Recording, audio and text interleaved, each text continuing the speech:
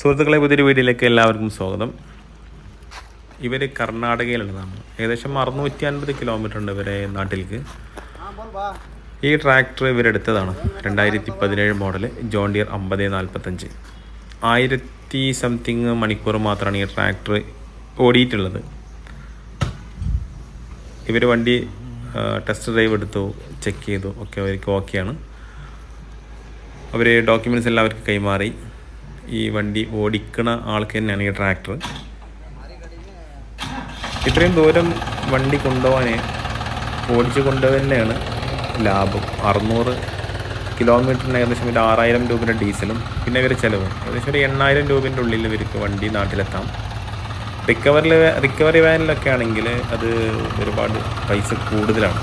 2 കിലോമീറ്ററിന് ശരിക്കും ഒരു 100 രൂപ ഉണ്ടെന്ന് എനിക്ക് തോന്നുന്നത്. ഇത് ഫുൾ കണ്ടീഷൻ വണ്ടിയാണ്. നേരെ കൊണ്ടുപോയിട്ട് അവർക്ക് വണ്ടി ഉപയോഗിക്കാം. വയലിലോ തോട്ടത്തിലൊക്കെ വണ്ടി ഓടാം.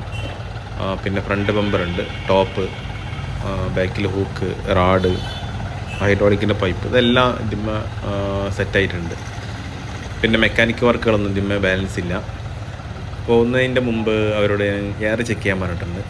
എയറൊന്ന് ചെക്ക് ചെയ്യണം, നല്ലതാണ്. ഇനി കൂടുതലായാലും അത് കറക്റ്റ് ചെയ്ത് വെക്കാൻ നല്ലതാണ്. അപ്പോൾ എയർ ചെക്ക് ചെയ്ത് നോക്കുമ്പോൾ എയർ കുറവാണ്. 10 പോയിൻറ്റിൻ്റെ എയറുള്ളൂ ബാക്ക് ടയറിൽ. അപ്പോൾ ഇതൊരു 17 പോയിൻറ്റിലേക്ക് വെക്കണം. പിന്നെ ഡീസൽ ഞാൻ ഫുൾ ടാങ്ക് അടിച്ച് കൊടുക്കാമെന്ന് വേണ്ടി പറഞ്ഞിട്ടുണ്ടായിരുന്നു.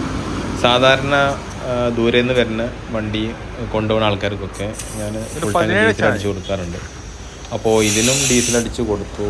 5000 ചില്ലാനും ഉറുപ്പിൻ്റെ ഡീസലായി. ഏകദേശം ഒരു 50 ലിറ്റർ ഡീസൽ വരും. 53 ലിറ്റർ ഡീസൽ വന്നു. അപ്പോൾ അതെല്ലാം കറക്റ്റ് ചെയ്ത് ഇനിയിപ്പോൾ ഇവിടുന്ന് ഇതൊക്കെ ഓക്കെ ആയാലും വണ്ടി എടുത്തുകൊണ്ട് വേറെ നാട്ടിലേക്ക് തിരിക്കും. എയർ ചെക്ക് ചെയ്യാൻ പറഞ്ഞത് നന്നായി. കാരണം അതിൻ്റെ പിന്ന് കംപ്ലൈൻറ്റ് ഉണ്ടായിരുന്നു. ടയറിൻ്റെ പിന്ന് കംപ്ലൈൻറ്റ് ഉണ്ടെങ്കിൽ എയർ ലീക്കായി കൊണ്ടേയിരിക്കും. അപ്പോൾ അത് മാറ്റി ക്ലിയർ ചെയ്തിട്ടുണ്ട്.